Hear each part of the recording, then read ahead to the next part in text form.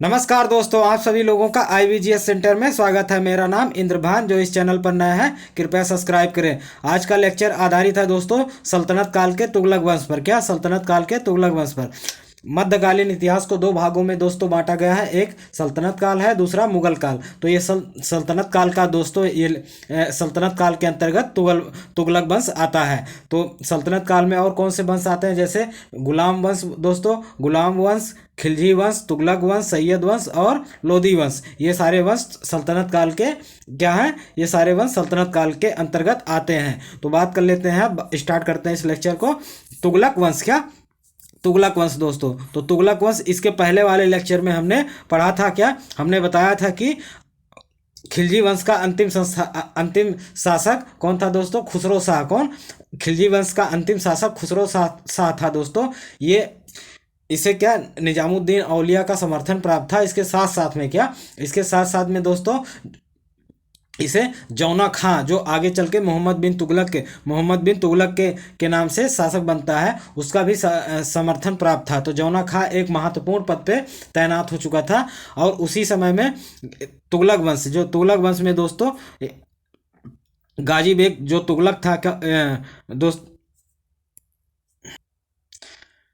तो उसी समय मलिक तुगलक था एक, अर्थात जौना खां का चाचा था। क्या जौना खां का चाचा था दोस्तों। तो मलिक तुगलक का ही ये पुत्र है। कौन? गयासुद्दीन तुगलक। तो स्टार्ट करते हैं दोस्तों। स्टार्ट गयासुद्दीन तुगलक। पीछे हमने सब बता ही दिया कैसे क्या होता है। तो खुसरो ने ही इसे सूबेदारी जौना खां को दिया था। कहाँ पे?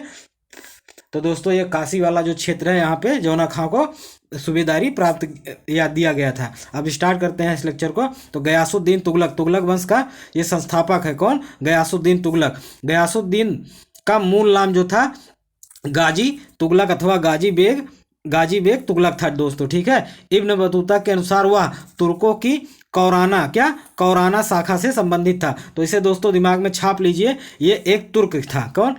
गयासुद्दीन तुगलक जो था यह एक तुर्क था। ठीक है, ये तुर्क था। और ये किस शाखा से संबंधित बताता है? कौन? तो इब्न बतूता इनके बारे में जानकारी देता है कि ये करौना शाखा से संबंधित है। इसे दोस्तों दिमाग में छाप लीजिए, ये करौना शाखा से या करौना वंश से संबंधित था। और फरिश्ता के अनुसार दोस्तों, फरिश्ता के अनुसार क्या है, गाजी तुगलक का पिता मलिक तुगलक था। क्या? जो गाजी तुगलक अर्थात गयासुद्दीन तुगलक जो है दोस्तों, उसका पिता कौन था? मलिक तुगलक था। और तथा उसकी माँ जाट थी, अर्थात गयासुद्दीन तुगलक की माँ एक जाट थी। ऐसा कहाँ साक्ष्य में मिलता है? तो खुलासत उल तवारीख में। क्या? खुलासत उल तवारीख में दोस्तों ऐसी जानकारी फरिश्ता देता है। क्या फरिश्ता? ये फरिश्ता की ही किताब है, इसे दिमाग में छाप लीजिए, किताब भी पूछा जा सकता है। फरिश्ता का किताब है खुलासत उल तवारीख। ठीक है, खुलासत उल तवारीख ये किसकी किताब है? तो फरिश्ता की है। और ये किसके बारे में जानकारी देता है? तो तुगलक वंश के। तो अब बात कर लेते हैं गयासुद्दीन तुगलक के बारे में। अमीर खुसरो कहता है कि वह अपने राज मुकुट के नीचे सैकड़ों पंडितों का सिर स्थान छिपाए हुए था। अर्थात इसको समझ लीजिए दोस्तों, ये एक शब्द है। तो जो अमीर खुसरो था दोस्तों, अमीर खुसरो ये भी जानकारी देता है गयासुद्दीन तुगलक के बारे में। और बताता है कि वह अपने राज मुकुट के नीचे सैकड़ों पंडित का सिर स्थान छिपाए हुए था। अर्थात कौन? गयासुद्दीन तुगलक। अर्थात वो बहुत बड़ा विद्वान था दोस्तों। इसीलिए इसको इस शब्द से परिभाषित किया है, इस कोटेशन से इसको बताया है। किसने? अमीर खुसरो ने। तो वो बहुत विद्वान था, अर्थात राज मुकुट जो है, अर्थात उसका जो दिमाग है दोस्तों, वो बहुत विद्वान था। कौन? गयासुद्दीन तुगलक। तो तुगलक वंश में दोस्तों गयासुद्दीन तुगलक और मोहम्मद बिन तुगलक ये दोनों बहुत पढ़े लिखे राजा थे। ठीक है, आगे बात कर लेते हैं दोस्तों। तो इस प्रकार आप अपने जान लीजिए, सर्वप्रथम उसने महत्वपूर्ण पदों पर अपने समर्थकों को नियुक्त किया। किसने? गयासुद्दीन तुगलक ने। गयासुद्दीन ने खुसरो द्वारा अनावश्यक रूप से वितरित किए गए धन को वापस लेने का प्रयत्न किया। ठीक है, किसने? तो गयासुद्दीन तुगलक ने दोस्तों। ठीक है, तो पहले ही बता चुके हैं कि कौन उस समय जो खुसरो शासक था, खुसरो शाह किस काल में? तो खिलजी वंश का अंतिम शासक है दोस्तों। कौन? खुसरो शाह। तो खुसरो द्वारा क्या उस समय क्या हुआ था? खुसरो एक थोड़ा अय्याश मिजाज का व्यक्ति निकला, अर्थात सुल्तान निकला। और ये क्या करता था, ये धन को बांट देता था। जो इसके सगे संबंधी होते थे उनमें उनको बहुत ज़्यादा धन वितरित कर देता था, जिसके कारण क्या हुआ, खजाना खाली हो गया। और ऐसा समय आया दोस्तों कि तक दिल्ली में लोधी तुगलक वंश की स्थापना हो गई, ऐसा समय आता है। तो खुसरो शाह से लोग बहुत ज़्यादा, जो और सरदार थे, तुर्क सरदार थे, वो काफ़ी अप्रसन्न होने लगे। क्या अप्रसन्न या मनमुटाव हो गया था, ठीक है दोस्तों, जिसके कारण गयासुद्दीन तुगलक को राजा घोषित कर देते हैं। ठीक, उसको हरा कर, कहाँ पे, तो ये सिरसा के पास जो आधुनिक जौनपुर है दोस्तों, वहीं पर उसको हरा कर, कौन, गयासुद्दीन हरा कर किसे, खुसरो शाह को राजगद्दी पर बैठता है।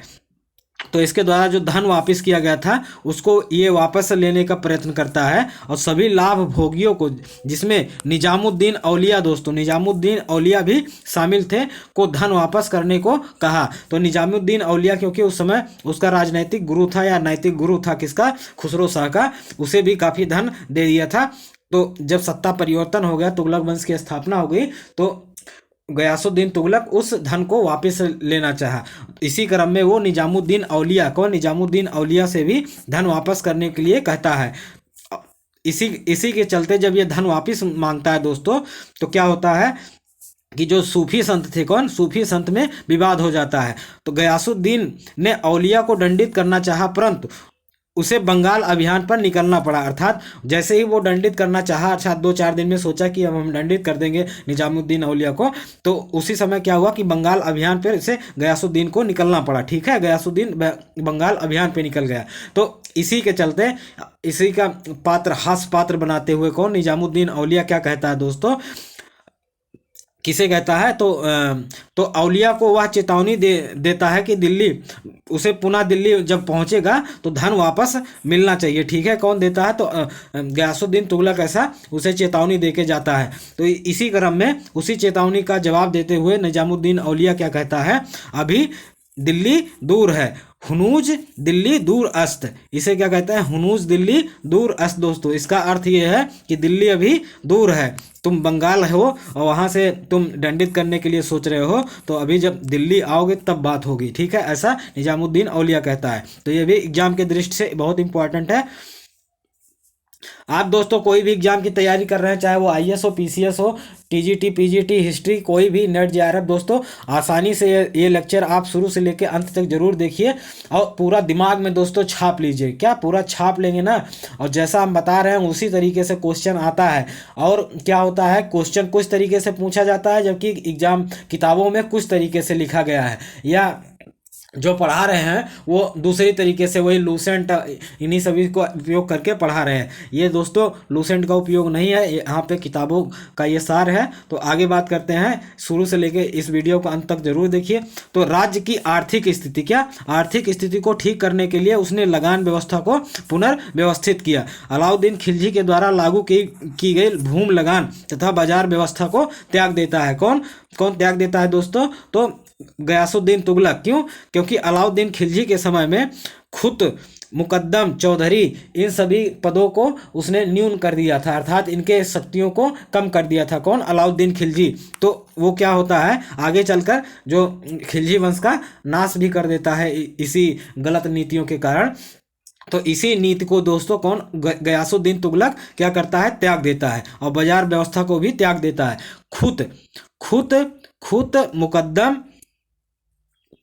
खुद मुकद्दम चौधरी को भी कुछ रियायत दी गई। किसके काल में, गयासुद्दीन तुगलक के, क्योंकि खिलजी के काल में इनको प्रताड़ित किया गया था, खुद मुकद्दम और चौधरी को दोस्तों, और इनका प्रभाव कम करने के लिए इन पर विभिन्न प्रकार के लगान भी लगाए गए थे। इसके तहत उसने क्या कहा, इसके तहत दोस्तों, अर्थात जो इसकी आर्थिक नीति थी या भू राजस्व नीति थी दोस्तों, उसके तहत हमने पीछे वाले लेक्चर में पढ़ा था हुकूक एक होती। ठीक है, ये जो कर था ये किस पे लगाया जाता था, ये प्रशासनिक अधिकारियों पर लगाया जाता था अलाउद्दीन खिलजी के काल में। तो क्या करता है गयासुद्दीन तुगलक, उनको खुश करने के लिए, अर्थात प्रशासनिक अधिकारियों को खुश करने के लिए दोस्तों, वो ये कर को समाप्त कर देता है। ठीक है, क्या करता है, इस कर को, हुकूक एक होती को क्या करता है, समाप्त कर देता है, अर्थात तो वापस नहीं किया, परंतु उनकी व्यक्तिगत भूमि को भू राजस्व से दोस्तों मुक्त कर देता है। अर्थात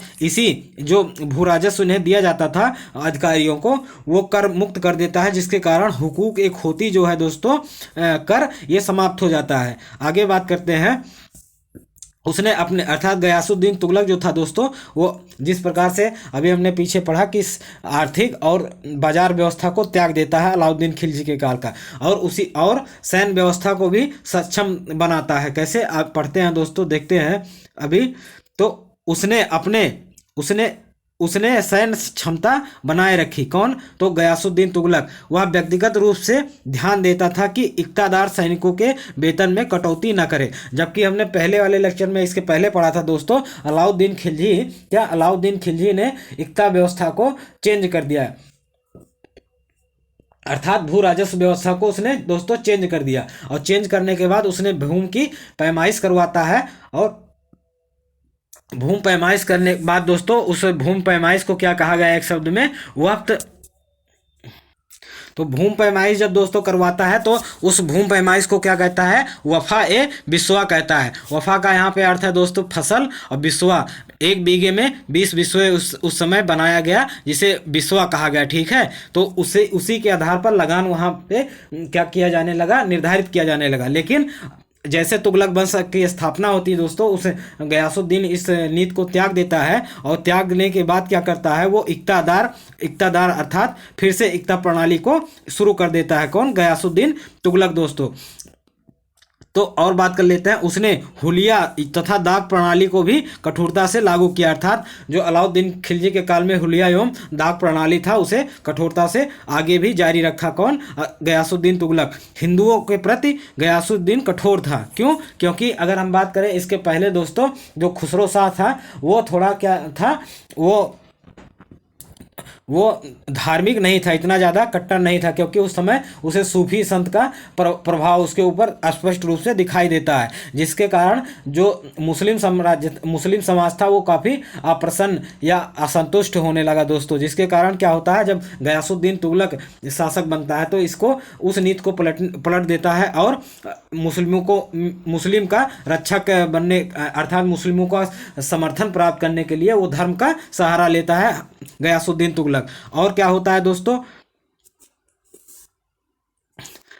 हिंदुओं के संबंध में उसने अपने अधिकारियों को आदेश दिया कि उसने इतना अर्थात हिंदुओं से इतना धन निचोड़ा जाए कि वो ना तो इतने धनवान बन सके कि वो विद्रोह करने के तत्पर हो जाए, और ना ही इतने निर्धन हो कि वो कृषि छोड़कर भाग जाए। तो ऐसा कौन आदेश देता है दोस्तों अपने अधिकारियों को? तो गयासुद्दीन तुगलक देता है। अब इसके विजय अभियान को देख लेते हैं, गयासुद्दीन तुगलक के विजय अभियान को दोस्तों। ठीक है, तो उसने अपने पुत्र जौना खां, जो आगे मोहम्मद बिन तुगलक यही है दोस्तों, जौना खां का ही नाम आगे चल के ये गद्दी पर बैठता है मोहम्मद बिन तुगलक के नाम पे, को उस समय देवगिरी का गवर्नर, उसने अपने पुत्र जो जौना खां दोस्तों, जो उस समय देवगिरी का गवर्नर था, वारंगल के क्षेत्र को जीतने का आदेश देता है। कौन? गयासुद्दीन तुगलक जो था वो अपने पुत्र जौना खां को आदेश देता है कि तुम उसके देवगिरी के आसपास के क्षेत्र को जीत लो।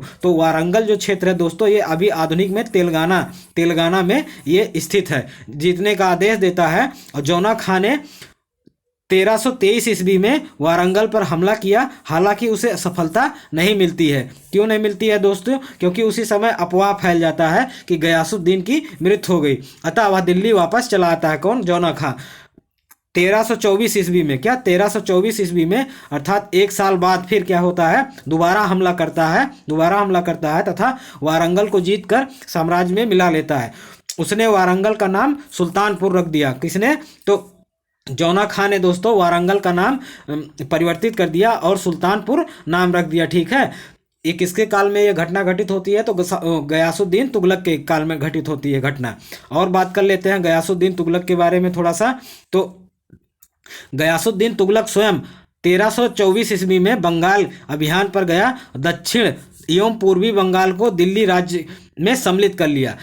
बंगाल अभियान में विजय होने की खुशी में जौना खां, कौन, जौना खां द्वारा उसके लिए अहमद नियाज के निरीक्षण में एक लकड़ी का महलनुमा दरवाज़ा बनाया जाता है। कौन, किसके लिए, तो गयासुद्दीन तुगलक के लिए। जब ये बंगाल विजित हो जाता है गयासुद्दीन तुगलक, तो ये क्या होता है दोस्तों, जौना खां जो था उसका समझ लीजिए राइट हैंड था। क्या राइट हैंड था जौना खां, जो मोहम्मद बिन तुगलक के नाम पर शासक बनता है आगे चलकर इसी के बाद में, तो राइट हैंड था। तो उससे खुश हो जाता है गयासुद्दीन तुगलक से, ठीक है, गयासुद्दीन तुगलक से खुश हो जाता है उसके जीत से, बंगाल की जीत से। तो क्या करता है वो, एक लकड़ी का महल, क्या, एक लकड़ी का महल बनवाता है, ठीक है, और जिसमें पहले परेड, हाथियों का परेड कराई जानी थी। क्या, हाथियों का सबसे सर्वप्रथम वहाँ पे झांकी के रूप में हाथियों को परेड में निकलवाना था। और उसी समय गयासुद्दीन तुगलक उस अर्थात लकड़ी के बने हुए महल में वो गद्दी पर बैठा हुआ था। और क्या होता है दोस्तों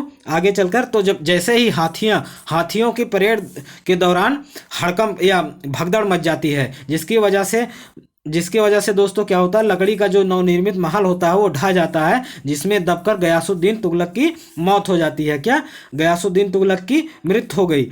बर्नी तथा फरिश्ता का मानना है बिजली गिरने से ऐसा हुआ, परंतु इब्न बतूता एवं इसासी ने इसके लिए जौना खां को दोषी ठहराया है। अर्थात जो लकड़ी का महल बनवाया था उसके पीछे ये क्या दोस्तों, उसके पीछे एक षड्यंत्र के रूप में इसे जौना खां को देखते हैं। अर्थात शासक बनने के लिए उसने गयासुद्दीन तुगलक को मरवा देता है। इसी प्रकार से डॉक्टर मेहदी हुसैन और बीपी सक्सेना ने भी माना है कि सुल्तान की मृत्यु एक दुर्घटना थी, जबकि ईश्वरीय प्रसाद और उल्जर Haig, RC Majumdar, L Srivastava द्वारा माना गया है कि यह घटना जौना खां का एक षड्यंत्र का नतीजा था। गयासुद्दीन ने दिल्ली के पास तुगलकाबाद नामक एक शहर का नींव रखा था। तो ये भी बहुत इंपॉर्टेंट है। अगर हम दोस्तों यहाँ पे बात करें इस लेक्चर में, अर्थात तुगलक वंश में, तो तुगलक वंश में दोस्तों नगर के स्थापत्य से संबंधित सबसे ज़्यादा क्वेश्चन पूछा जाता है। क्या, नगर की स्थापना से संबंधित। जैसे जौना खां ने जौनपुर को बसाया था, उसी तरीके से गयासुद्दीन तुगलक जो था दोस्तों वो तुगलकाबाद को बसाया था, तुगलकाबाद शहर को बसाया था। तो ये दिमाग में दोस्तों जरूर आप याद करके जाइएगा एग्जाम में, तो इसका शॉर्ट नोट्स बना लीजिए। तो आरसी मजूमदार और एल श्रीवास्तव ये सब राष्ट्रीय चेतना, क्या, राष्ट्रीय लेखक हैं दोस्तों, ये राष्ट्रीय चेतना के लेखक हैं, ठीक है। अर्थात ये देश राष्ट्रवाद के समर्थक हैं दोस्तों। कौन, आरसी मजूमदार और ईश्वरीय प्रसाद। आगे बात करते हैं मोहम्मद बिन तुगलक। क्या, मोहम्मद बिन तुगलक, जब उसकी मृत्यु हो जाती है लकड़ी में दबने के बाद गयासुद्दीन की, तो दोस्तों मोहम्मद बिन तुगलक शासक बनता है। और इसका शासनकाल 1325 से लेकर 1351 के बीच में इसका कार्यकाल देखने को मिलता है। अर्थात 26 साल, क्या, 26 साल ये मोहम्मद बिन तुगलक सुल्तान बनकर शासन करता है। लेकिन इसी के काल में बहुत सारी ऐसे घटनाएं, अर्थात इसकी ऐसी नीतियां थी जो असफल हो गई दोस्तों, जिसके कारण जनता और अमीरों में बहुत ज़्यादा असंतोष उत्पन्न हो गया, ठीक है। वो अभी हम आगे चर्चा करेंगे। जौना खां मोहम्मद बिन तुगलक के नाम से 1325 ईस्वी में सुल्तान बना। वह प्रारंभ में 40 दिनों तक तुगलकाबाद में रहा। उसके पश्चात उसने दिल्ली में प्रवेश किया, जिसका दिल्ली की जनता ने स्वागत भी किया, ठीक है। क्यों, क्योंकि इसका प्रभाव बहुत ज़्यादा था मोहम्मद बिन तुगलक का। क्योंकि इसके पहले भी हमने देखा दोस्तों, जब खिलजी वंश का अंतिम शासक जो खुसरो शाह था, उसके काल में भी ये एक महत्वपूर्ण सैनिक था। कौन, मोहम्मद बिन तुगलक, जौना खां के नाम से। और तुगलकाबाद, क्या, ये तुगलकाबाद में, अर्थात सुल्तान बनने से पहले तुगलकाबाद में था। तुगलकाबाद किसने बसाया था, तो गयासुद्दीन तुगलक ने बसाया था दोस्तों। वहाँ पे रहा 40 दिनों तक। फिर उसके बाद क्या करता है, जनता दिल्ली में आता है और जनता इसकी स्वागत भी करता है। और बात कर लेते हैं, मोहम्मद बिन तुगलक ने 200 ग्राम का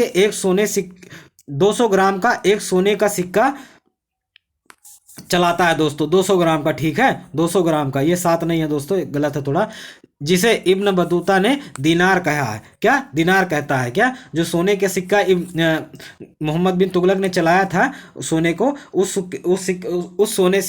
सोने के सिक्कों को इब्न बतूता ने दीनार कहा दोस्तों। उसी तरह से उसने 140 ग्रेन का एक चांदी का सिक्का भी चलाया था, जिसे अदली, क्या अदली दोस्तों, इसे दिमाग में छाप लीजिए। जो मोहम्मद बिन तुगलक के काल में चांदी का सिक्का चला था उसका क्या नाम था? ऐसे क्वेश्चन पूछा जाएगा तो अदली नाम था। क्या अदली दोस्तों, इसे दिमाग में छाप लीजिए, अदली नाम था। और जो सोने का था उसे दिनार कहा गया है। आगे बात करते हैं। नावा दिल्ली का प्रथम सुल्तान था कौन? कौन दोस्तों? तो मोहम्मद बिन तुगलक, जिसने कृषि भूमि के आकलन के लिए एक रजिस्टर तैयार करवाया। अर्थात ये कृषि भूमि में दोस्तों, क्या, सॉरी दोस्तों, यहाँ पे थोड़ा मिस प्रिंटिंग हो गया है लिखने में, छपाई में, ये थोड़ा सा गलत है। वह दिल्ली का प्रथम सुल्तान था कौन? मोहम्मद बिन तुगलक दोस्तों प्रथम सुल्तान था, जिसने कृषि के आकलन के लिए रजिस्टर तैयार करवाया। क्या रजिस्टर? अर्थात ये पहला व्यक्ति था कौन? गयासुद्दीन मोहम्मद बिन तुगलक दोस्तों, जो ये विश्वास रखता था कि राजस्व भूमि अर्थात राजस्व को बढ़ाने के लिए कृषि उत्पाद भी बढ़ाना आवश्यक है। ठीक है, ये कौन सोचता था? तो मोहम्मद बिन तुगलक सोचता था।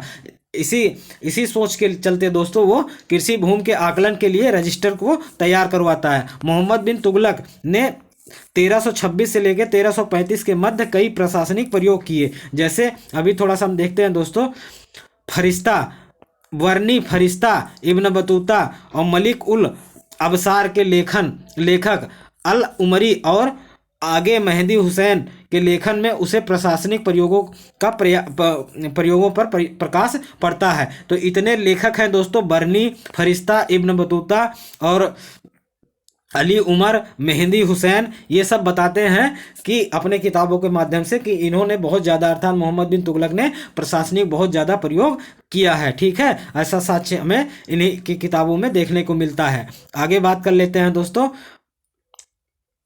इसकी जो योजनाएं थी दोस्तों जो असफल हुई उसके बारे में हम देख लेते हैं एक एक करके। तो अपनी प्रथम योजना के द्वारा मोहम्मद बिन तुगलक ने दोआब के उपजाऊ प्रदेश में कर की वृद्धि कर दी और संभवतः यह 50%, क्या लगभग में 50% कर लेने लगा। परंतु उसी वर्ष दोआब में भयंकर अकाल पड़ गया।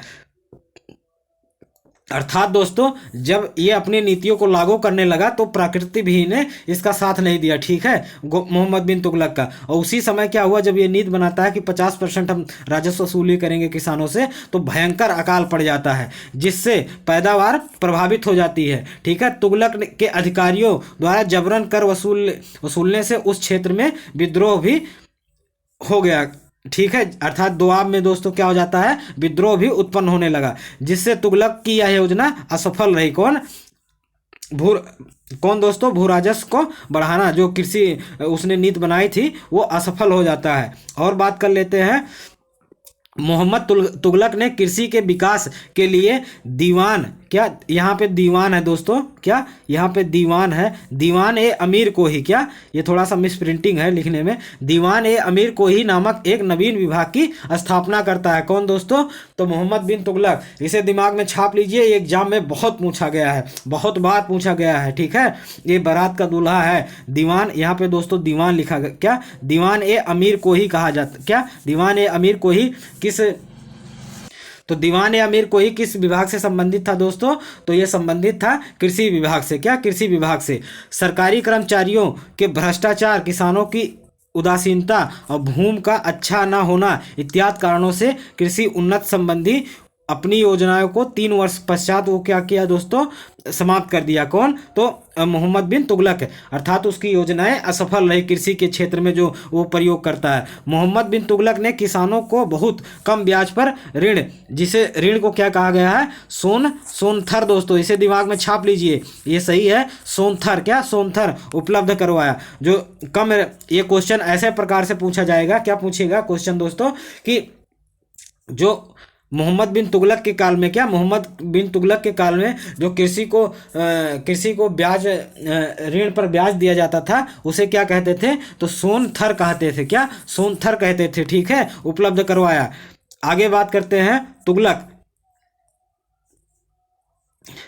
तुगलक ने अपनी दूसरी योजना के अंतर्गत राजधानी को दिल्ली से देवगिरी स्थानांतरित किया। ठीक है, तो ये मोहम्मद बिन तुगलक का दोस्तों ये दूसरी असफल नीति है। कौन? राजधानी परिवर्तन करना। तो ऐसा क्यों परिवर्तन करता है वो भी हम देख लेते हैं अभी दोस्तों एक एक करके। तो दिल्ली से देवगिरी स्थानांतरित करता है। कौन दोस्तों? तो मोहम्मद बिन तुगलक। क्यों करता है? क्योंकि अगर हम बात कर लेते हैं, थोड़ा सा प्रकाश डालते हैं, ये सुल्तान बनने से पहले कहाँ का ये गवर्नर था? तो ये देवगिरी का गवर्नर था। कौन? मोहम्मद बिन तुगलक। ठीक है, हाँ दोस्तों, मोहम्मद बिन तुगलक कहाँ का गवर्नर था? तो ये देवगिरी का गवर्नर था। तो जिसके कारण वहाँ की जनता में ये बहुत ज़्यादा लोकप्रिय भी था। कौन? मोहम्मद बिन तुगलक। एक कारण ये भी था, और बहुत सारे, जैसे मंगोलों का आक्रमण दोस्तों।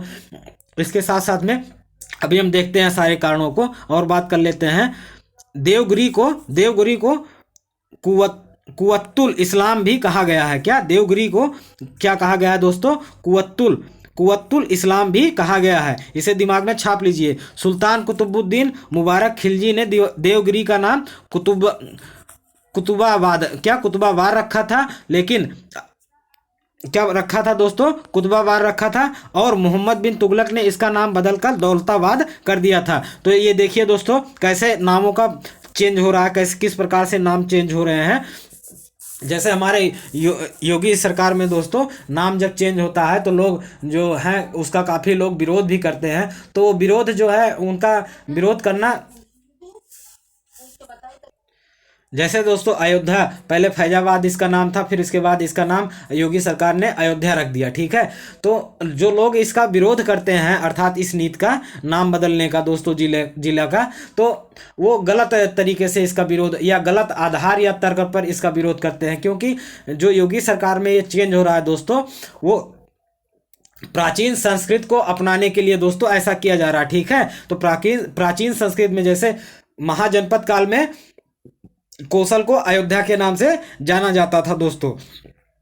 तो क्या, जैसे किस काल में दोस्तों? अब बात करते हैं तुगलक वंश में। तो तुगलक वंश में देवगिरी का नाम बहुत बार चेंज देखने को मिलता है। तो देवगिरी का नाम 2 बार चेंज मिलता है। कौन कौन करता है? तो कुतुबुद्दीन मुबारक खिलजी एक बार इसका नाम बदलकर देवगिरी का कुतुबाबाद रख देता है, और मोहम्मद बिन तुगलक अर्थात तुगलक वंश का दूसरा ये जो शासक था दोस्तों, इसने इसका नाम दौलताबाद कर दिया। और सुल्तान के इस योजना के लिए सर्वाधिक आलोचना भी इसे शिकार होना पड़ा। किस योजना? अर्थात दिल्ली की राजधानी को दिल्ली से देवगिरी स्थानांतरित करने के कारण इसे दोस्तों बहुत ज़्यादा आलोचना झेलना पड़ता है। क्यों? क्योंकि ये अपने नगरवासियों को क्या, तो उसे शिकार क्यों बहुत ज़्यादा है, अर्थात आलोचना का शिकार होता है दोस्तों? तो थोड़ा सा आप जान लीजिए। क्योंकि इसने दिल्ली वासियों को आदेश दिया। क्या? दिल्ली वासियों को आदेश दिया कि दिल्ली में जितने भी व्यक्ति हैं वो सारे व्यक्ति सामान पैक करके दिल्ली से दौलताबाद को रवाना हो। ठीक है, और उनके लिए क्या, रास्तों में जब वो दिल्ली से दौलताबाद अर्थात देवगिरी के लिए रवाना हो रहे थे, तो रास्तों में दोस्तों उनके लिए विभिन्न प्रकार की आवश्यक वस्तुओं का भी इंतजाम कराया गया। लेकिन 40 दिनों का लंबा यात्रा होने के कारण बीच में ही काफी लोग बीमार होने लगे और मरने लगे। ठीक है, जिसके कारण ये नीति असफल हो जाती है दोस्तों। और दिल्ली एक बार पहली बार ऐसा होता है कि किसी सुल्तान के कारण दिल्ली उजड़ जाती है दोस्तों, क्योंकि कोई भी व्यक्ति वहाँ पे बचा ही नहीं। जब उसने आदेश दिया कि सबको दौलताबाद चलना है, तो इतना सभी व्यक्ति खाली हो गए दिल्ली से। वहाँ पे दोस्तों फिर अपने गुप्तचरों के माध्यम से पता करवाता है, तो उसे सिर्फ एक अंधा व्यक्ति मिलता है और एक लंगड़ा व्यक्ति मिलता है। अंधे व्यक्ति को मार दिया जाता है और लंगड़े व्यक्ति को दोस्तों दिल्ली से दौलताबाद तक घसीट कर लेकर जाया जाता है। ठीक है, ऐसा कौन बताता है? तो फरिश्ता बताता है दोस्तों। और बात कर लेते हैं, तो ये किस कारण से, अर्थात जो आलोचना हुआ है तो ठीक हुआ है, लेकिन दोस्तों किस कारण से इसने ऐसा किया मोहम्मद बिन तुगलक? तो वो हम पहले कारण यहाँ पे जानते हैं थोड़ा सा आगे चल के। मोहम्मद बिन तुगलक द्वारा राजधानी परिवर्तन के कारणों पर इतिहासकारों में बड़ा विवाद है। क्या? बहुत बड़ा विवाद है। फिर भी निष्कर्ष में कहा जा सकता है कि देवगिरी का दिल्ली सल्तनत के मध्य स्थित होना और मंगोल आक्रमणकारियों के भय से सुरक्षित रहना, दक्षिण भारत की संपन्नता की ओर खिंचाव आदि ऐसे कारण थे जिसके कारण उसे ऐसा नीत बनाना पड़ता है। किसे? मोहम्मद बिन तुगलक को दोस्तों, ठीक है, जिसके कारण सुल्तान ने राजधानी परिवर्तन करने के लिए बात सोची है, ठीक है, ऐसा सोचता है। मोहम्मद बिन तुगलक की यह योजना भी पूर्ण रूप से असफल रही और उसने 1335 ईस्वी में दौलताबाद से लोगों को दिल्ली वापस आने की अनुमति दे दी, जो भी व्यक्ति पहुंचे थे। राजधानी परिवर्तन के परिणाम स्वरूप दक्षिण में मुस्लिम संस्कृति का विकास हुआ, जिसने अंततः बहमनी साम्राज्य का उदय का मार्ग भी खोल देता है, ठीक है। इससे सिर्फ एक ही फायदा होता है, आगे चलकर वहां पे अर्थात दक्षिण भारत में मुस्लिम संस्कृति का विकास थोड़ा बहुत देखने को मिलता है। इसका बस एक ही फायदा होता है, बाकी पूरा नुकसान ही नुकसान, अर्थात ये नीति भी असफल होती है। और इसकी तीसरी योजना क्या थी दोस्तों, उसके बारे में जो ये भी असफल रहा। तो तीसरी योजना के अंतर्गत मोहम्मद बिन तुगलक ने सांकेतिक व प्रतीकात्मक सिक्कों का प्रचलन करवाया, ठीक है। सिक्के संबंधी विविध प्रयोगों के कारण एडवर्ड टॉमस ने उसे धनवानों का राजकुमार भी कहा है। तो धनवानों का राजकुमार किसे कहा गया है दोस्तों? मोहम्मद बिन तुगलक से बहुत क्वेश्चन पूछा जाता है, तो दिमाग में आप छाप लीजिए। इस लेक्चर में दोस्तों, इस लेक्चर में मोहम्मद बिन तुगलक से ही और फिरोज तुगलक से सबसे ज़्यादा क्वेश्चन पूछे जाते हैं, तो इसे बहुत ध्यान से आप दोस्तों पढ़िए। तो जितने असफल इसकी योजनाएं हैं उसको भी आप याद रखिए, क्योंकि एग्जामों में बहुत बार पूछा गया। तो सांकेतिक व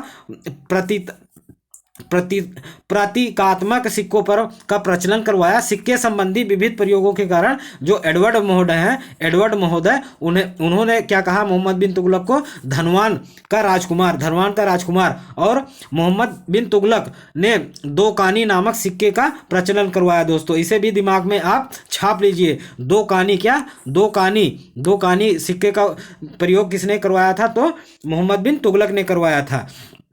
बर्नी के अनुसार संभवतः सुल्तान ने राजकोष की रिक्तता के कारण एवं अपनी साम्राज्य विस्तार की नीति को सफल बनाने हेतु सांकेतिक मुद्रा का प्रचलन करवाया था, ठीक है, ऐसा बर्नी बताता है, ठीक है।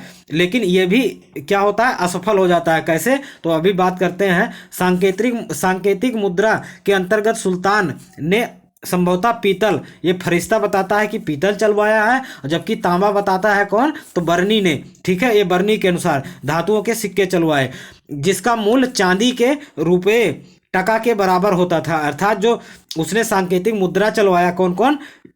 फरिश्ता, बर्नी के अनुसार दोस्तों तांबा और फरिश्ता के अनुसार पीतल, ठीक है, पीतल। तो ये जो था, ये चांदी का जो टका था उसके बराबर इसे माना जाता था। सिक्के ढालने पर राज्य का कोई नियंत्रण नहीं रहने से अनेक जारी टकसाल बन गए। लगान जाली सिक्के से दिया जाने लगा। अर्थात जो जाली सिक्के, ऐसा लोग बताते हैं दोस्तों कि उसके समय में, अर्थात मोहम्मद बिन तुगलक के समय में घर घर टकसाले अर्थात मुद्रा छापने की व्यवस्था उत्पन्न हो गई थी। अर्थात लोग अपने घर में ही मुद्रा छापने लगे थे, जिससे अर्थव्यवस्था ठप हो गई। सांकेतिक मुद्रा चलाने की प्रेरणा चीन तथा ईरान से मिली थी। किसे? मोहम्मद बिन तुगलक को, ठीक है। और बात कर लेते हैं, वहां के शासकों ने इस योजना को सफलतापूर्वक चलाया, जबकि मोहम्मद बिन तुगलक का प्रयोग विफल रहा दोस्तों। सुल्तान को अपनी योजना की असफलता पर भयानक आर्थिक क्षति का सामना भी करना पड़ा। ऐसा नहीं था कि तुगलक ने सांकेतिक मुद्रा चलाने से पहले जांच पड़ताल नहीं की हो। इनसे पहले 12वीं शताब्दी में दोस्तों में चीन के शासक कुबलई खां ने कागज की मुद्राएं भी चलवाई थी। किसने? तो चीन में कुबलई खां ने दोस्तों चलवाया था, ठीक है, इसे दिमाग में छाप लीजिए। कुबलई खां ने कागज की मुद्रा चीन में चलवाई थी और उनका प्रयोग भी सफल रहा था, ठीक है, जो चीन में चलवाया था। तो ये सब रिसर्च पहले भी करवा दिया था, लेकिन भारत में वही सिक्के के नियंत्रण, अर्थात सिक्के ढालने वाले टकसालों पर नियंत्रण न होने के कारण उसकी नीतियां असफल हो जाती है। और इसी क्रम में फारस के शासक गाई खारतू खां ने चमड़े का सिक्का चलाया था, जिसमें कुबलई खां का प्रयोग सफल हुआ और पारस के शासक का असफल, अर्थात जो गाई खुत्ता खां थे दोस्तों, जो चमड़े का सिक्का चलवाए थे, वो असफल घोषित हुआ। अतः चीनी शासक कुबलई खां के प्रयोग से सीख कर उसने ऐसा किया, लेकिन वह असफल घोषित हुआ। कौन? मोहम्मद बिन तुगलक। और बात करते हैं दोस्तों मंगोल आक्रमण। अब मंगोल आक्रमण इसके समय में, मोहम्मद बिन तुगलक के समय में होता है। तो मोहम्मद तुगलक के समय मंगोलों का एकमात्र आक्रमण होता है। कौन? कब होता है? तो 1328 से लेके 1329 के बीच में एकमात्र आक्रमण होता है। तर्मासिरीर के नेतृत्व में होता है। क्या? मंगोल शासक था तर्मासिरीर, उसके नेतृत्व में होता है। ईसासी के अनुसार मेरठ के पास सुल्तान की सेना ने उसे पराजित कर दिया। ठीक है, मंगोलों को पराजित कर दिया। अब साम्राज्य विस्तार के बारे में बात करते हैं दोस्तों, मोहम्मद बिन तुगलक के साम्राज्य विस्तार। तो इसके काल में सबसे ज्यादा अर्थात साम्राज्य विस्तार देखने को मिलता है किसके काल में? मोहम्मद बिन तुगलक के काल में। अब शुरू करते हैं। मोहम्मद तुगलक के समय में दिल्ली का सबसे अधिक विस्तार हुआ। क्या? दिल्ली सल्तनत का सबसे ज्यादा विस्तार देखने को मिलता है। मोहम्मद तुगलक ने भी गयासुद्दीन के उस नीति का पालन किया जिसमें विजित राज्य का विलय सीधे सुल्तान सल्तनत में कर लिया जाता था। ठीक है, इसमें जो विजित राज्य होते थे उसे डायरेक्ट सल्तनत में मिला लिया जाता था। लेकिन इसके पहले क्या था दोस्तों? तो खिलजी वंश में तो अलाउद्दीन खिलजी क्या करता था? वो फिर से विजित क्षेत्र को वापस दे देता था और अपना नाम मात्र संप्रभुता स्थापित करवाता था। ठीक है, लेकिन ऐसा कौन नहीं करता है? ऐसा तुगलक वंश में उस नीति को पलट दिया जाता है। गयासुद्दीन तुगलक और मोहम्मद बिन तुगलक ये नीति को ना पालन करते हुए वो डायरेक्ट सल्तनत में ही राज्य को मिला लेते थे। अब बात करते हैं दोस्तों मोहम्मद बिन तुगलक के जो क्या थे अभियान थे। तो इसके 4 अभियान थे। खुरासन का अभियान, एक है खुरासन का अभियान, दूसरा है नागरकोट का अभियान और तीसरा है दोस्तों एक कदाचित नहीं है, एक कराचिल है। क्या? कराचिल, कराचिल दोस्तों, इसे दिमाग में आप छाप लीजिए। यहाँ पे आप थोड़ा संशोधन कर लीजिएगा नोट्स बनाते। तो ये कराचिल है। क्या? ये कराचिल अभियान है दोस्तों। ये थोड़ा सा टाइपिंग में मिस्टेक हो गया है। तो ये कराचिल का अभियान है। कब होता है? 1337 से लेकर 1338। और चौथा जो है दक्षिण भारत का अभियान होता है। तो अब बात कर लेते हैं एक एक करके दोस्तों। जैसे खुरासन का अभियान जो था, तो खुरासन के अभियान ये भी एक असफल नीति थी। क्या? एक असफल नीति थी। उस समय दोस्तों खुरासन के लिए मोहम्मद बिन तुगलक ने 1 लाख सैनिकों को भर्ती करता है और उन्हें एडवांस में उन्हें एडवांस में दोस्तों वेतन भी देता है। लेकिन क्या होता है दोस्तों, जो अभियान था ये शिथिल पड़ जाता है आगे चलकर, जिसके कारण उसे वो जो सैन्य टुकड़ी स्थापित किया था उसे भी भंग कर देता है, जिसके कारण असंतोष उत्पन्न हो जाता है। ये भी एक असफल योजना थी खुरासन का अभियान। नागरकोट का अभियान इसी तरीके से दोस्तों, नागरकोट के अभियान अर्थात पश्चिम एशिया में अपने प्रभाव को दिखाने के लिए वो नागरकोट अभियान के लिए 3 लाख सैनिकों को फिर से भर्ती करता है। ठीक है, यह भी एक असफल घोषित होता है, क्योंकि जैसे ही ये लोग पहाड़ अर्थात हिमालय की चोटियों पर चढ़ना स्टार्ट करते हैं तिब्बत के क्षेत्र में दोस्तों, क्या होते हैं इनके सैन्य जो टुकड़ी थी अत्यधिक ठंड के कारण वो उनका मृत्यु होने लगा। ठीक है, इसी तरीके से कराचिल का अभियान भी असफल रहा। दक्षिण अभियान में इसे थोड़ा बहुत सफलताएं मिलती हैं। दक्षिण अभियान की बात करें दक्षिण भारत में, तो मोहम्मद तुगलक ने सुदूर दक्षिण भारत तक विजय प्राप्त की। मोहम्मद तुगलक ने 1328 ईस्वी में अंतिम हिंदू राजा काम्पिल पर हमला कर उसे दिल्ली सल्तनत में मिला लिया। दोस्तों ये इंपॉर्टेंट है, पूछेगा तुगलक काल में अंतिम हिंदू शासक कौन था? तो काम्पिल था। कौन दोस्तों? काम्पिल। ठीक है, तो इसे दिमाग में छाप लीजिए, काम्पिल। ठीक है, काम्पिल। और बात करते हैं दिल्ली के सुल्तानों में सबसे बड़ी राज्य सीमा इसी के समय थी, अर्थात मोहम्मद बिन तुगलक के समय में ही सबसे बड़ी आपको राज्य सीमा देखने को मिलेगा। मोहम्मद बिन तुगलक ने कुलीन वर्ग के आधार को और विस्तृत कर दिया। क्या? जो अमीर वर्ग थे दोस्तों उनके आधार को और मजबूती प्रदान कर लिया। ठीक है, प्रदान कर दिया। उसने ना केवल भारतीय मुसलमान वरन हिंदुओं को भी अपने सैनिकों या भू राजस्व व्यवस्था वसूली करने में सैनिकों में भर्ती बड़े पैमाने पर करता है। कौन? मोहम्मद बिन तुगलक के काल में इनके अतिरिक्त अमीर वर्ग में बड़ी संख्या में विदेशी तत्व खासकर खुरासनी सम्मिलित हो गए, जिसे सुल्तान आइजा, क्या आइजा दोस्तों, आइजा, आइजा जो है ये इंपॉर्टेंट है शब्द, आइजा, आइजा। तो यह आइजा का अर्थ होता है प्रिय कहता था। तो इसे तो दोस्तों क्या होता है आगे चलकर विदेशों को भी, विदेशी तत्व अर्थात विदेशी व्यक्तियों को भी अपने शासन में, और खासकर खुरासनी जो सम्मिलित हुए उनको क्या कहता था सुल्तान, आइजा या प्रिय कहता था। दोस्तों आगे बात करते हैं, इंपॉर्टेंट है, कह रहा है कि तुगलक के विरुद्ध विद्रोह जो होता है, अर्थात जो उसका इतनी बहुत सारी दोस्तों नीतियां विफल हो जाती हैं, जिसके कारण समाज में बहुत सारे असंतोष, जैसे कृषि असंतोष उत्पन्न हो जाता है, सैन्य असंतोष उत्पन्न हो जाता है, और कुलीन वर्ग में असंतोष उत्पन्न हो जाता है। इसके साथ साथ में धर्म में भी असंतोष उत्पन्न हो जाता है, जिसके कारण विभिन्न प्रकार के विद्रोह भी देखने को मिलते हैं मोहम्मद बिन तुगलक के काल में। तो अगर हम बात करते हैं मोहम्मद बिन तुगलक के काल में, तो 1326 से लेकर 1327 ईस्वी में सागर के गवर्नर, क्या सागर के गवर्नर और उनके संबंधी गुरसाप ने विद्रोह किया, क्या गुरसाप ने विद्रोह कर दिया। ठीक है, मोहम्मद तुगलक ने बलपूर्वक इस विद्रोह को कुचल दिया, और 1328 ईस्वी में लाहौर, मुल्तान तथा उच्च के गवर्नर भी विद्रोह करने लगे। ठीक है दोस्तों, तो इनको भी बारी बारी कर कर कौन, मोहम्मद बिन तुगलक कुचल देता है। और इसी के समय जब दक्षिण भारत में, क्या दक्षिण भारत में मुस्लिम साम्राज्य अर्थात मुस्लिम संस्कृति पनप रही थी दोस्तों, उसी समय हिंदू संस्कृति को बचाने के लिए 5 भाई थे, हरिहर और बुक्का 5 भाई थे। तो उन्होंने क्या, विजयनगर साम्राज्य की स्थापना कर लेता है। तो विजयनगर साम्राज्य की स्थापना किसके काल में होता है दोस्तों, तो मोहम्मद बिन तुगलक के काल में। ये बहुत इंपॉर्टेंट है, इसे दिमाग में छाप लीजिए। मोहम्मद बिन तुगलक के काल में विजयनगर साम्राज्य की स्थापना होती है। ठीक है, मोहम्मद बिन तुगलक के समय में ही विजयनगर साम्राज्य की स्थापना होती है दक्षिण भारत में। तो इसे कौन स्थापित करता है, हरिहर और बुक्का ने अपने 5 भाइयों की सहायता से स्वतंत्र विजयनगर राज्य की स्थापना कर लेता है।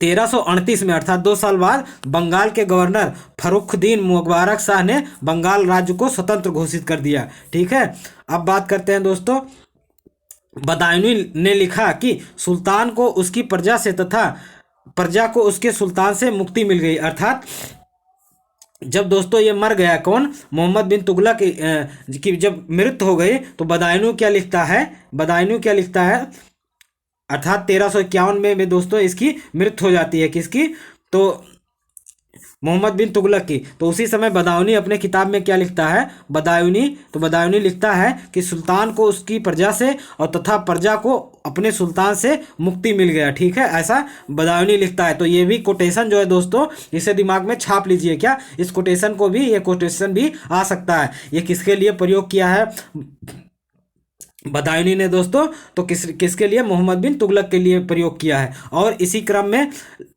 लेनपुल ने भी इसी उक्त को दोहराया है, अर्थात सुल्तान को प्रजा से और प्रजा को सुल्तान से मुक्ति मिल गई। मोहम्मद तुगलक पहला ऐसा सुल्तान था जिसने हिंदुओं के मुख्य त्यौहार होली में, क्या दोस्तों, ये भी एग्जाम के दृष्टि से बहुत इंपॉर्टेंट है, सल्तनत काल ऐसे क्वेश्चन पूछता है। इसे दिमाग में आप कैसे क्वेश्चन पूछेगा दोस्तों कि सल्तनत काल में वह कौन सा सुल्तान था जो हिंदुओं के त्यौहार होलियों में भी शामिल होता था। तो मोहम्मद बिन तुगलक या तुगलक वंश में वह कौन सा सुल्तान है जो हिंदू के होली त्यौहार में भी भाग लेता था, तो मोहम्मद बिन तुगलक दोस्तों। ठीक है, तो इसे आप दिमाग में छाप लीजिएगा। जो होली में दोस्तों कौन शरीक होता था, तो होली में मोहम्मद बिन तुगलक शरीक होता था। आगे बात करते हैं दोस्तों, इसके मृत्यु के बाद फिरोज तुगलक, कौन, फिरोज तुगलक, ये भी बहुत इंपॉर्टेंट है। फिरोज तुगलक से सबसे ज़्यादा जो क्वेश्चन पूछे जाते हैं दोस्तों, इसके अभियान से संबंधित, और क्या पूछे जाते हैं, इसके द्वारा जो नगर स्थापित किए गए हैं वो क्वेश्चन पूछे जाते हैं। तो जहाँ पे नगर आएगा दोस्तों, उसे आप स्क्रीनशॉट भी ले लीजिएगा और थोड़ा ज़्यादा ध्यान से दोस्तों उसे समझने का प्रयास करिएगा या दिमाग में छापने का प्रयास करिएगा। फिरोज शाह तुगलक 1351 से लेकर 1388 ईस्वी के बीच में फिरोज शाह तुगलक का काल देखने को मिलता है दिल्ली सल्तनत में। 1351 से ठट्टा में, क्या 1351 में दोस्तों है दोस्तों, यहाँ में ठट्टा में मोहम्मद बिन तुगलक की मृत्यु के पश्चात फिरोज तुगलक गद्दी पर बैठता है। तो 1351 में जब वो मोहम्मद बिन तुगलक ठट्टा में था तो उसी समय उसकी मृत्यु हो जाती है। तो उसकी मृत्यु के पश्चात कौन, फिरोज तुगलक शासक बनता है। तो बात कर लेते हैं, फिरोज तुगलक मोहम्मद तुगलक के चाचा रज्जौ का पुत्र था। क्या, रज्जौ का पुत्र था दोस्तों। रज्जौ का क्या था, पुत्र था। कौन, फिरोज शाह तुगलक दोस्तों। और रज्जौ का विवाह क्या, रज्जौ का विवाह एक राजपूत राजा रनमल की पुत्री पर दबाव डालकर कराया गया था। फिरोज उसी का पुत्र था। ठीक है, उसका जन्म अर्थात फिरोज शाह का जन्म 1309 ईस्वी में हुआ था। अब बात कर लेते हैं दोस्तों, जो फिरोज तुगलक निम्नलिखित समस्याएं थी। अर्थात जब फिरोज शाह तुगलक दिल्ली का सुल्तान बनता है तो पहले तो वो दिल्ली का सुल्तान ही नहीं बनना चाहता था दोस्तों, लेकिन अमीरों के मनाने के बाद फिरोज तुगलक दिल्ली का सुल्तान बनने के लिए हामी भर देता है। जिसके कारण क्या होता है दोस्तों, क्योंकि वो इसलिए नहीं बनना चाह रहा था सुल्तान, क्योंकि उसके सामने ऐसे स्पष्ट रूप से दिख रहा था कि बहुत सारे उसे जो है समस्याएं झेलनी होगी, इसीलिए वो पीछे हट रहा था। तो फिरोज तुगलक निम्न समस्याओं से समस्या अर्थात फिरोज तुगलक के समय में या फिरोज तुगलक को जो राज मिला था वो बहुत ज़्यादा कांटों के ताज से भरा हुआ था। ठीक है, निम्न समस्याएं थी, अर्थात कांटों का ताज मिला था किसे, फिरोज तुगलक को। तो उसके सामने बहुत सारी समस्याएं थी, देख लेते हैं एक एक करके। तो ये 5 समस्याएं हैं दोस्तों, किसके काल में 5 समस्याएं। तो फिरोज तुगलक को ये 5 समस्याएं अपने शासन में मिलता है, अर्थात उसको राज मुकुट के रूप में मिलता है। कौन कौन समस्याएं हैं, तो फर्स्ट है ऋणग्रस्त किसानों में असंतोष। अर्थात जो मोहम्मद बिन तुगलक के असंतोष नीति उसने चलाई थी दोस्तों, उसके कारण क्या होता है, अर्थात राजस्व वृद्धि कर दिया था 50%। तो उससे जो किसान थे ऋणग्रस्त हो गए थे। ठीक है, तो ऋणग्रस्त किसानों का असंतोष और साम्राज्य के विघटन का समस्या, राज्य का खाली खजाना, अमीर वर्ग का असंतोष, मोहम्मद बिन तुगलक की रेडिकल नीति के कारण उलेमा वर्ग का असंतोष। ठीक है, तो रेडिकल अर्थात वो लौह और रिक्त वाला दोस्तों, लौह और रक्त नीति अपनाता था। उलेमा वर्ग अर्थात जैसे हिंदू जो धर्म थे दोस्तों, ये रेडिकल नीति अपना रहा था, जिसके कारण हिंदू जो धर्म के लोग थे काफ़ी अप्रसन्न थे। तो इनका हम आगे थोड़ा थोड़ा करके हम आगे चर्चा करते हैं, जो एग्जाम के दृष्टि से बहुत इंपॉर्टेंट है। सबसे पहले ये बारी बारी क्या करता है, इन समस्याओं का समाधान निकालने का कोशिश करता है फिरोज तुगलक। ठीक है, ऋणग्रस्त किसानों का असंतोष जो होता है, इस समाधान को समाप्त कैसे करता है, तो सबसे पहले उसने साम्राज्य के विद्रोही को माफ़ी दे दी। ठीक है, जिसमें मोहम्मद बिन तुगलक का वजीर ख्वाजा जहां भी शामिल था दोस्तों। कौन, ख्वाजा जहां भी उस समय विद्रोह कर रहा था। ठीक है, उसे क्या माफ़ कर देता है, कौन, फिरोज तुगलक। तो वजीर ख्वाजा को भी, ख्वाजा जहां को माफ़ कर देता है। उसने किसानों का ऋण भी मुक्त कर दिया। क्या, किसानों का ऋण भी माफ़ कर देता है। ठीक है, कौन, तो फिरोज तुगलक दोस्तों। और बात करते हैं साम्राज्य के विघटन के जो समस्या थी उसको कैसे सॉल्व करता है। मोहम्मद बिन तुगलक के शासन के अंतिम साल में ही बहुत सारे क्षेत्र स्वतंत्र हो गए थे। जैसा हमने अभी पीछे पढ़ा दोस्तों कि विजयनगर साम्राज्य की स्थापना हो गई, बंगाल स्वतंत्र स्थापित हो गया। ठीक है, इसी प्रकार से छोटे छोटे राज्य उदय होने लगे। तो उनको समाप्त करने के लिए ये व्यवहारिक बुद्धि का सहारा लेता है। कौन, फिरोज तुगलक दोस्तों। तो कैसे लेता है, उसने अपने जीवन काल में कुल 4 अभियान किए। कौन, 4 अभियान करता है फिरोज तुगलक। तो प्रथम 2 अभियान जो थे वो बंगाल के विरुद्ध था दोस्तों। बंगाल के विरुद्ध था प्रथम 2 अभियान, और यह दोनों अभियान क्या रहे, असफल रहे। बंगाल के अभियान से लौटते हुए उसने जौनपुर में दोस्तों, जौनपुर नामक नगर बसाता है। जब रास्ते में लौट रहा था तो बनारस के समीप में ही दोस्तों जौनपुर पड़ता है, जो भारत का पूर्वी अर्थात पूर्वी सिराज के नाम से विख्यात था उस समय। तो इसे पूर्वी सिराज, भारत का सिराज भी कहा जाता है। ये भी एग्जाम में पूछा जा चुका है दोस्तों, दिमाग में छाप लीजिए, ठीक है। जौनपुर को ये जब हम आगे शेरशाह सूरी जब साम्राज्य पढ़ेंगे मध्यकाल मुगल काल में, तो दोस्तों उसकी चर्चा करेंगे, ठीक है। तो जौनपुर में शासन कौन करता है? शेरशाह सूरी, ठीक है। इसी अभियान में उसने उड़ीसा के गंग शासकों पर भी हमला करता है और जाजनगर को लूट लेता है। कौन? मोहम्मद फिरोज तुगलक। तो जाजनगर को कौन लूटता है दोस्तों? फिरोज तुगलक लूटता है। फिरोज तुगलक ने 1361 में नगरकोट का अभियान करता है। 1361 में और क्या करता है? वहाँ उसने ज्वालामुखी के मंदिर को भी लूट लेता है। तो ये दोस्तों ज्वालामुखी के मंदिर कहाँ है? तो नगरकोट में। तो उसे लूट लेता है कौन? फिरोज तुगलक। ये भी क्वेश्चन आएगा आगे कि ज्वालामुखी के मंदिर को किसने लूटा था? तो फिरोज शाह तुगलक ने लूटा था। और बात कर लेते हैं फरिश्ता के अनुसार। क्या? फरिश्ता के अनुसार दोस्तों सुल्तान ने ज्वालामुखी की मूर्तियों को तोड़ दिया तथा उसके टुकड़े को गाय के मांस में मिला दिया तथा उसके गंध के बने थैलों को ब्राह्मणों के गलों में लटकवा दिया। अर्थात जो इसकी रेडिकल नीति थी, किसकी? फिरोज शाह तुगलक की। उस अपने रेडिकल नीति के चलते दोस्तों वो ऐसा करता है। कौन? फिरोज शाह तुगलक। तो वो ज्वालामुखी के मंदिर को तोड़ देता है और उस मंदिर अर्थात तोड़ी हुई मूर्ति को दोस्तों छोटे छोटे पीसों में तोड़वा देता है, उसे गाय के मांस में मिलवा देता है और उसे ब्राह्मण के गले में लटकवा देता है। आगे बात कर लेते हैं दोस्तों खजाना खाली को कैसे वो भरता है। तो खजाना खाली के लिए क्या करता है? फिरोज तुगलक ने वित्तीय व्यवस्था को सुदृढ़ किया। उसने भूमि की माप प्रणाली को छोड़ दिया। अर्थात जो अलाउद्दीन खिलजी के समय में दोस्तों भूमि माप पैमाइश होता था, उसको वक्त ए बिस्वा उसे समाप्त कर देता है। बदले में उसने जागीरदारी व्यवस्था को अपनाया। अर्थात ये जागीरदारी व्यवस्था को अपना लेता है फिरोज शाह तुगलक। बड़ी बड़ी जागीरें तुर्क सरदारों को देने लगता है। फिरोज तुगलक ने कुल 23 प्रकार के करों और शेष को रद्द कर दिया क्योंकि वो गैर इस्लामिक थे दोस्तों, ठीक है। तो ये भी क्वेश्चन पूछा गया है कि तुगलक वंश में वह कौन सा शासक है जिसने 23 प्रकार के करों को समाप्त कर दिया? तो फिरोज तुगलक था। कौन था दोस्तों? फिरोज शाह तुगलक था, ठीक है। इसने समाप्त कर दिया था क्योंकि ये गैर इस्लामी था। और बात करते हैं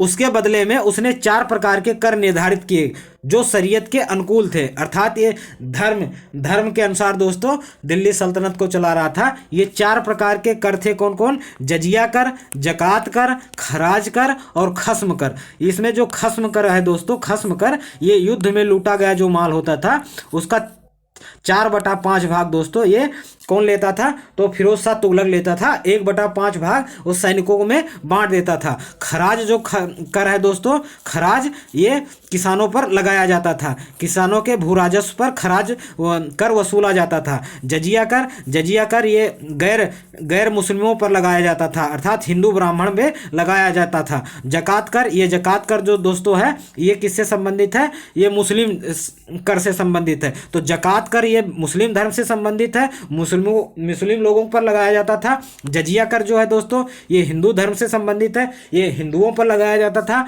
खराज जो कर ये कृषि पर कर लगाया जाता था और खस्म जो कर है ये युद्ध में लूटा गया माल होता था। फिरोज तुगलक प्रथम मुस्लिम सुल्तान था जिसने जजिया को खराज से पृथक कर दिया। अर्थात जजिया कर अलग लेने लगा और खराज कर को अलग लेने लगा। तो दोस्तों ये इसे दिमाग में छाप लीजिए, बहुत इंपॉर्टेंट है, ये एग्जाम में बहुत बार पूछा गया है, ठीक है। कि जजिया कर को खराज कर से किसने पृथक किया? तो फिरोज शाह तुगलक ने। जजिया कर को खराज से किसने पृथक किया? फिरोज शाह तुगलक था। ये तुगलक वंश का प्रथम मुस्लिम सम्राट था या मुस्लिम सुल्तान था। और बात कर लेते हैं दोस्तों इन 4 करों के अतिरिक्त फिरोज तुगलक ने सिंचाई कर भी लगाया जो कुल उत्पाद का 1/10 भाग होता था। ये भी पूछा गया है कि सिंचाई कर तुगलक वंश में कितना लिया जाता था? तो 1/10 भाग, कुल उत्पाद के 1/10 भाग को, जिसे क्या कहा जाता था? सुर्स कहा जाता था। दिमाग में दोस्तों छाप लीजिए, जो ये सिंचाई कर लिया जाता था इसे सुर्स या हक ए सब कहा जाता था। हब ए सब, ये दिमाग में, क्योंकि ये एग्जाम में अब आएगा। क्या? अब यही क्वेश्चन आएगा। जो सिंचाई में फिरोज तुगलक ने जो सिंचाई में कर लगाया था, उस कर का क्या नाम था? तो सुर्स कहा जाता था या हक ए सब भी कहा जाता था। फिरोज तुगलक ने बंजर भूमि के विकास के लिए भी प्रयास किया। क्या? बंजर भूमि का विकास भी करने का प्रयास किया, और बंजर भूमि से प्राप्त आय को उसने धार्मिक खर्चों के लिए सुरक्षित रखा। इसके साथ साथ में खजाने को भरने के लिए दोस्तों उसने 1200 फलों के बाग को भी लगवाया। इससे भी राजकीय आय में वृद्धि देखने को मिलता है। आगे बात करते हैं, जो अमीर वर्गों में असंतोष उत्पन्न हुआ था, अमीर वर्गों में दोस्तों, ठीक है। तो मोहम्मद बिन तुगलक, क्या मोहम्मद बिन तुगलक की नीतियों से अमीर वर्गों में असंतोष उत्पन्न हुआ। इस असंतोष को समाप्त करने के लिए इतना तक कि उसने स्वयं, अर्थात इस असंतोष को समाप्त करने के लिए दोस्तों वो भ्रष्टाचार का सहारा लेता है। कौन? तो फिरोज शाह तुगलक। तो वो क्या करता है? स्वयं एक सैनिक क्लर्क, क्या एक सैनिक क्लर्क था, उसको रिश्वत देने के लिए पैसा देता है। कौन? तो फिरोज शाह तुगलक। इस प्रकार उसने स्वयं भ्रष्टाचार को प्रोत्साहित किया है। तो ये भी क्वेश्चन पूछा गया है कि दिल्ली सल्तनत में वह कौन सा सुल्तान था जो भ्रष्टाचार को प्रोत्साहित किया? तो वह फिरोज शाह तुगलक था। या तुगलक वंश में वह कौन सा सुल्तान है जो भ्रष्टाचार को प्रोत्साहित किया? तो फिरोज शाह तुगलक है दोस्तों। ऐसा क्यों किया? तो वो जो अमीर वर्गों में असंतोष उत्पन्न हुआ था उसे समाप्त करने के लिए। और बात करते हैं मोहम्मद बिन, ये जो पांचवा उसका कारण था, तो जो कांटों भरा साम्राज्य मिला था मोहम्मद फिरोज तुगलक को, तो ये पांचवा है दोस्तों कारण। तो मोहम्मद बिन तुगलक के आदर्शवादी नीति के कारण उलेमा वर्ग में असंतोष था। ठीक है, तो मोहम्मद बिन तुगलक की आदर्शवादी नीति से उलेमा वर्गों में असंतोष उत्पन्न हो गया था। तो फिरोज तुगलक ने कट्टर धार्मिक नीति को अपनाकर इस वर्ग को संतुष्ट करने की कोशिश की। ठीक है, जिसके कारण में, जैसे अभी हम पीछे पढ़े कि उसने नागरकोट में अभियान करता है और वहाँ पे ज्वालामुखी मंदिर को तोड़कर ब्राह्मणों में दोस्तों गाय के मांसों के साथ ब्राह्मणों के गलों में टांग देता है। तो ये एक प्रकार का क्या है? कट्टर धार्मिक नीति का परिचय भी देता है। मुस्लिम स्त्रियों द्वारा महत्वपूर्ण संतों की मजार पूजा पर पाबंदी लगा दी। वह प्रथम शासक था जिसने ब्राह्मणों पर भी जजिया कर लगाया। ठीक है, तो दिल्ली सल्तनत में, क्या दिल्ली सल्तनत में ये पहला शासक है जो दोस्तों जजिया कर लगाता है। इसके पहले मोहम्मद गोरी के काल में हमें जजिया कर देखने को मिलता है। ठीक है, आगे बात कर लेते हैं दोस्तों। इसके समय में कुछ फिरोज शाह तुगलक जो था वो कुछ कल्याणकारी अर्थात लोक कल्याणकारी कार्य भी किया था। कौन कौन किया था देख लेते हैं। फिरोज तुगलक ने व्यापक निर्माण कार्य भी किए थे। उसके काल में प्रमुख स्थापत्यविद मलिक ए शाहना और उसका शिष्य अहमद था। तो दोस्तों इसे दिमाग में छाप लीजिए, यह भी क्वेश्चन पूछा जा सकता है। मलिक ए शाहना वास्तुकार या स्थापत्यविद किसके शासन काल में था? तो फिरोज शाह तुगलक के शासन में काल में था। ठीक है, तो इसे बहुत इंपॉर्टेंट है। इसके साथ साथ में इल्तुतमिश द्वारा निर्मित हौज ए सम्मी और अलाउद्दीन द्वारा निर्मित हौज ए खास की भी मरम्मत करवाता है। कौन? फिरोज शाह तुगलक। तो इसे दिमाग में दोस्तों जरूर छाप लीजिएगा। क्या? हौज ए सम्मी और हौज ए खास की मरम्मत कौन करवाता है? क्वेश्चन पूछेगा कि हौज ए खास की मरम्मत किसने करवाया है? तो फिरोज शाह तुगलक ने करवाया है। और बहुत इंपॉर्टेंट क्वेश्चन है, फिरोज शाह तुगलक ने ही टोपरा एवं मेरठ में से दोस्तों अशोक द्वारा निर्मित 2 स्तंभ अभिलेख को भी दिल्ली मंगवा लेता है। कौन मंगवाता है? तो फिरोज शाह तुगलक मंगवाता है।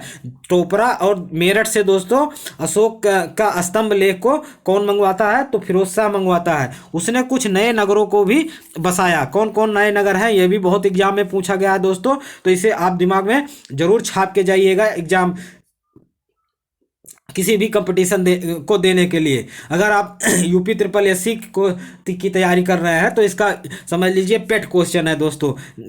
तो कौन कौन से नगर इसने बसाए? फतेहाबाद, फिरोजाबाद, हिसार और दोस्तों फिरोजपुर, जौनपुर, उसने मुस्लिम गरीब के कल्याण के लिए दीवान ए खैरात, क्या दीवान ए खैरात दोस्तों बहुत इंपॉर्टेंट है, ये भी पूछा जाता है। तो दीवान ए खैरात किसके काल में ये विभाग स्थापित किया जाता है? तो फिरोज शाह तुगलक के दोस्तों, फिरोज शाह तुगलक के काल में दीवान ए खैरात नामक विभाग की स्थापना की जाती है। किसके लिए? मुस्लिम गरीबों के लिए। उसने, कौन दोस्तों? तो फिरोज शाह तुगलक दासों के निर्यात पर पाबंदी लगा दी।